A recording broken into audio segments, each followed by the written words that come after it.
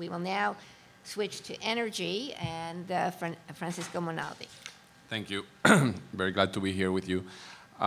So basically, I want to touch on three things. Of course, on the state of the oil industry and what is going to happen with it. But first, start a little bit with the issue of what happens to an oil-dependent economy when the price of oil collapses. The last time that we had something like this, which was in the 80s of this magnitude, as you know, the next decade was a very bad decade for oil exporting countries, and in fact, the idea that oil is a curse, that the resource curse, and all came from the debacle of oil-producing countries during the 80s and 90s. We don't know what's going to happen with the price of oil. That's the truth. So we don't know if this is if the lower prices will stay as they did for almost 20 years, starting in the 80s. But if they certainly if they stay at a level significantly lower than we had in the past few years, that's going to be a lot of pain for oil producing countries.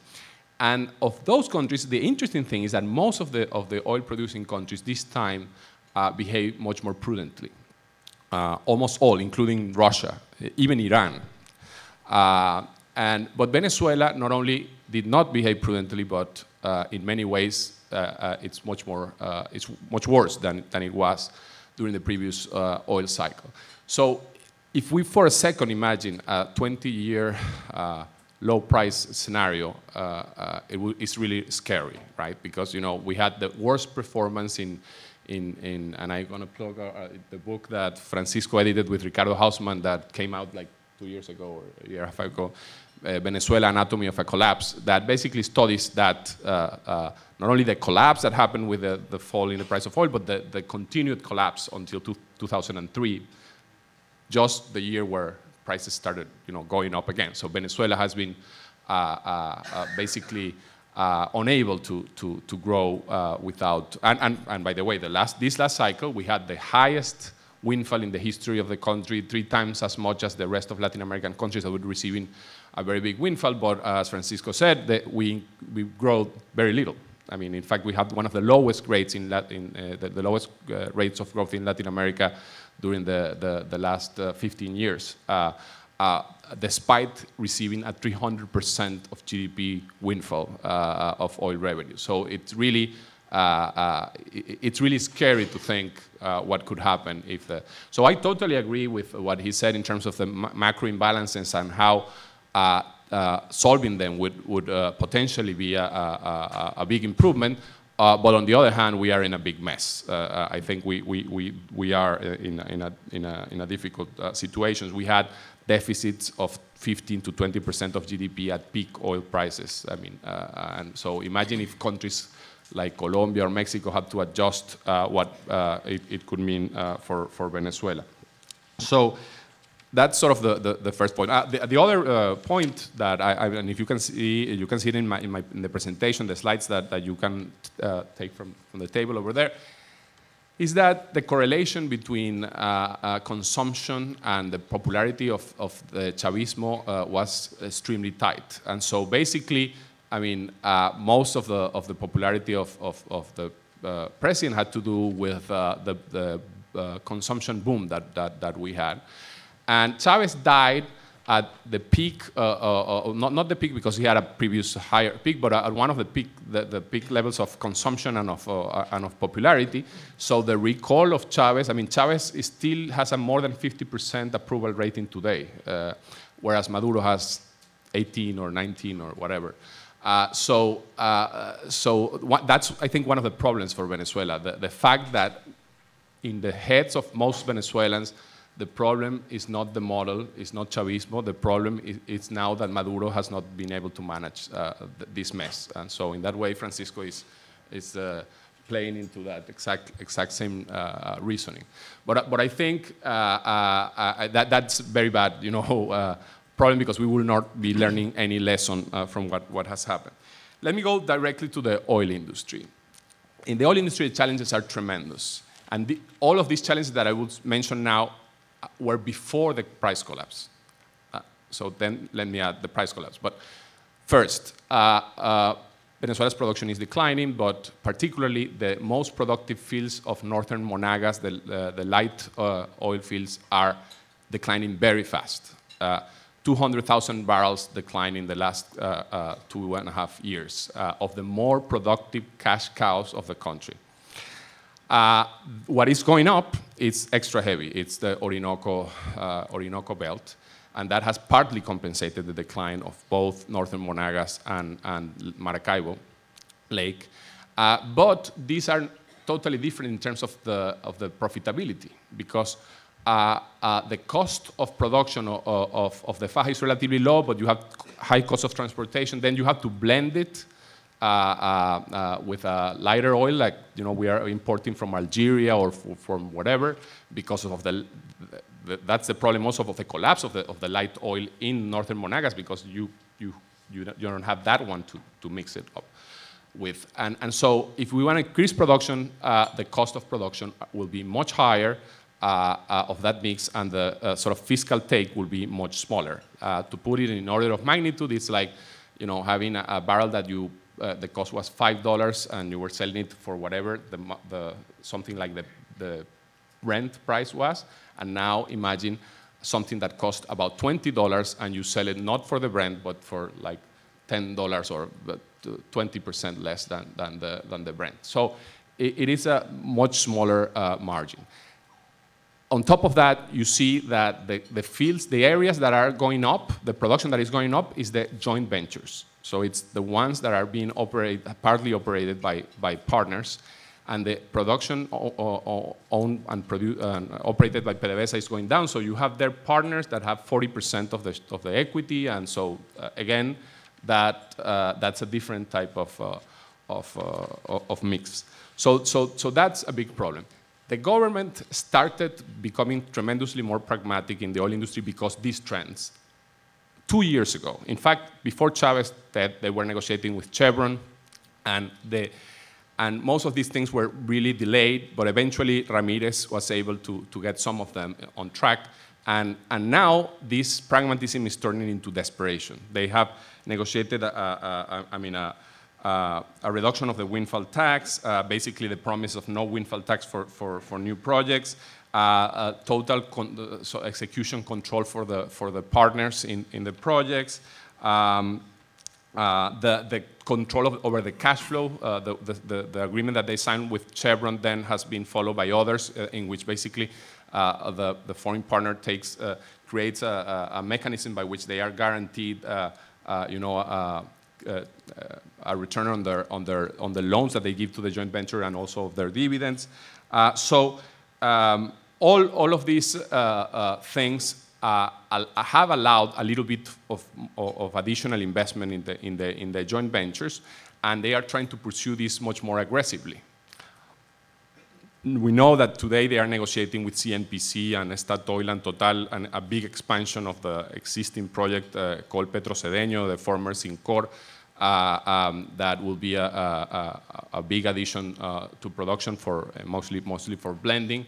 And surprisingly, the Russians are putting some money there. But all this was sort of happening before the price collapse. Now, I think, I am in disagreement with some analysts that believe that Venezuelan break-evens are so high that it doesn't make sense to invest in oil in the Orinoco. I think under the right conditions it might, because as I said, the cost of production, even with the mixing, etc., are typically below $25, so there is room to make money.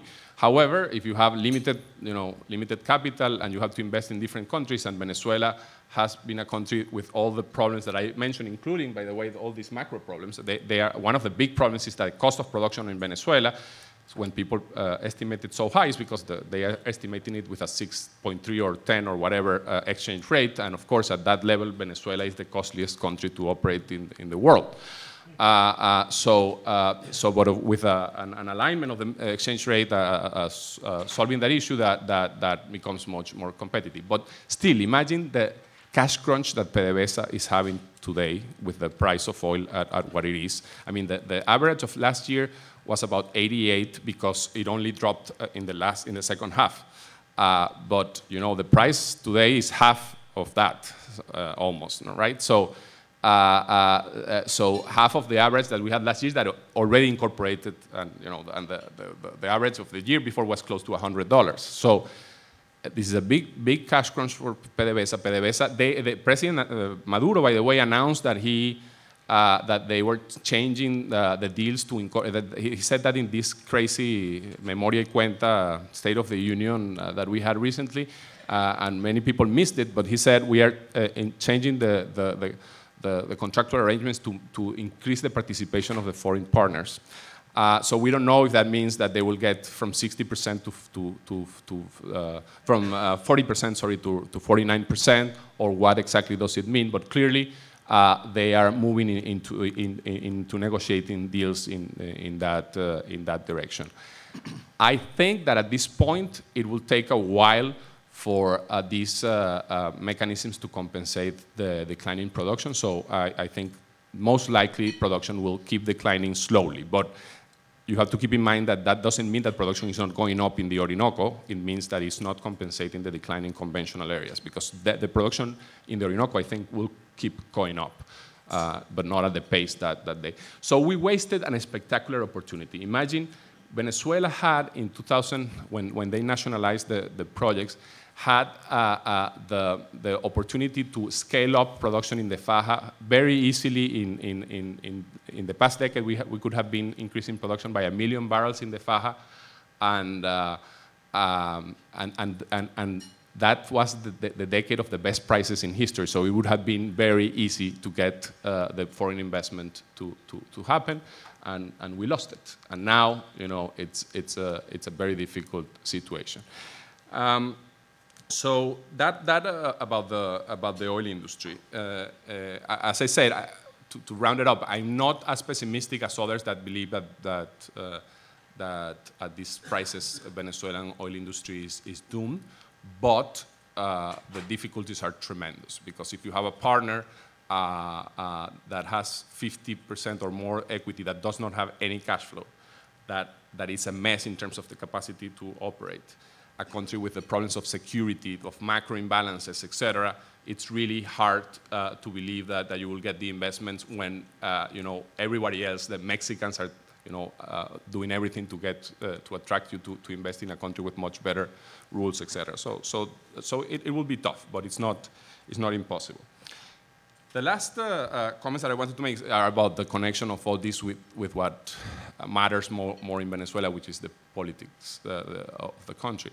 So because of the decline that we are seeing in real wages and consumption, President Maduro is dropping like a rock, and his popularity, that started in 51% is now below 20.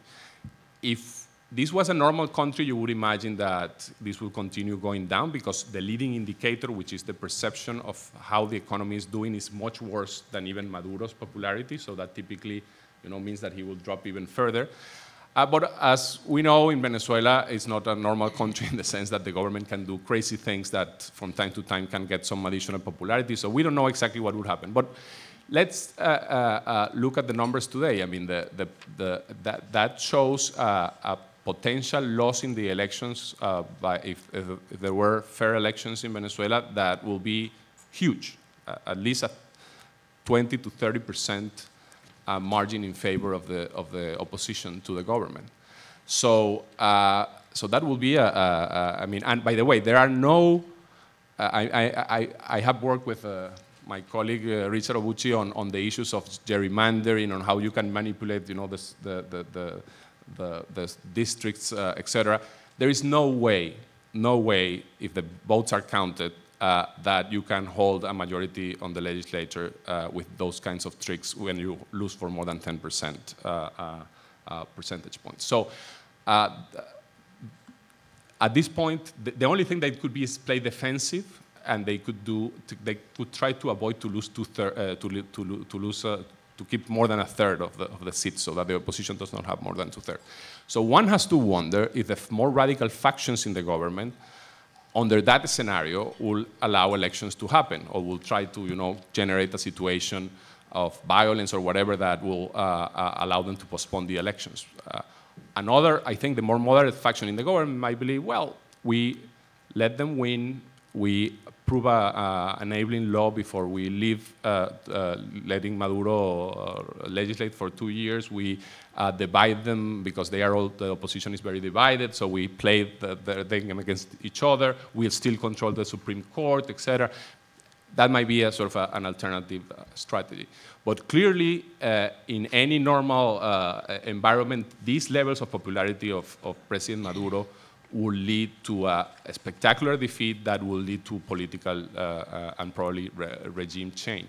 We don't know what's going to happen because of the nature of the regime, as we all know that it's a hybrid type of regime, and it has some characteristics that make it very difficult to predict the role of the military, etc. But I think that unless the price of oil goes up, and by the way, we can talk about that later, it's impossible to know if the price of oil is going to stay low or go up. I mean, the only thing we know is that we don't know. But I am not predicting. I think the more likely scenario is a price range not as low as today, but much more lower than last year.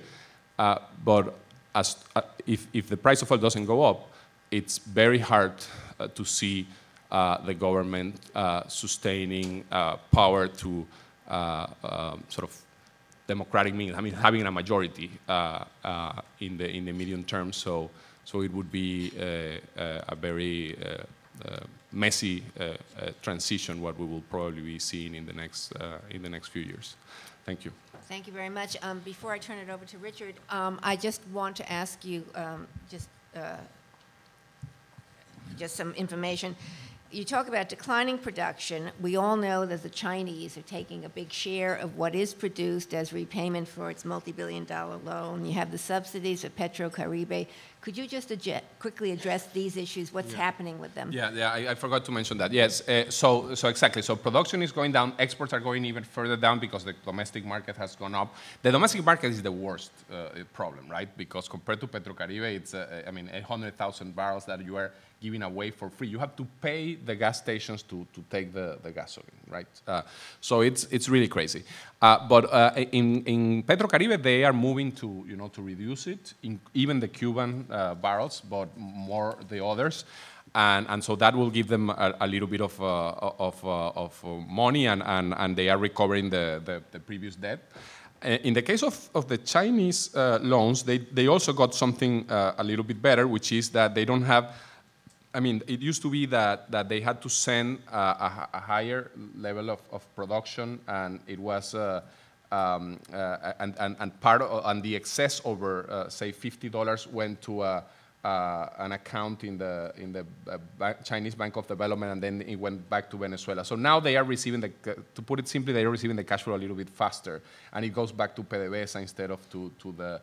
Because they are not sending us. Who's receiving the cash flow faster? PDVSA, a little bit faster. So what you're saying is that the Chinese aren't receiving as much? No, they are receiving it, but they don't have that much of a cushion in terms of guarantees of the money that they had in a trustee account to sort of guarantee the repayment of the loans. So they are paying the same, but the government is slightly better in terms of cash flow. Is being able to sell more oil for cash instead of sending it to the Chinese mechanism. So that's basically it. Okay, thank you very much. Just to, I think that your question, if I interpreted it correctly, had to do a bit with how onerous is the repayment of these loans to Venezuela. Right now, service on the Chinese debt is approximately $6 billion. So in other words, annually? Annually, yes.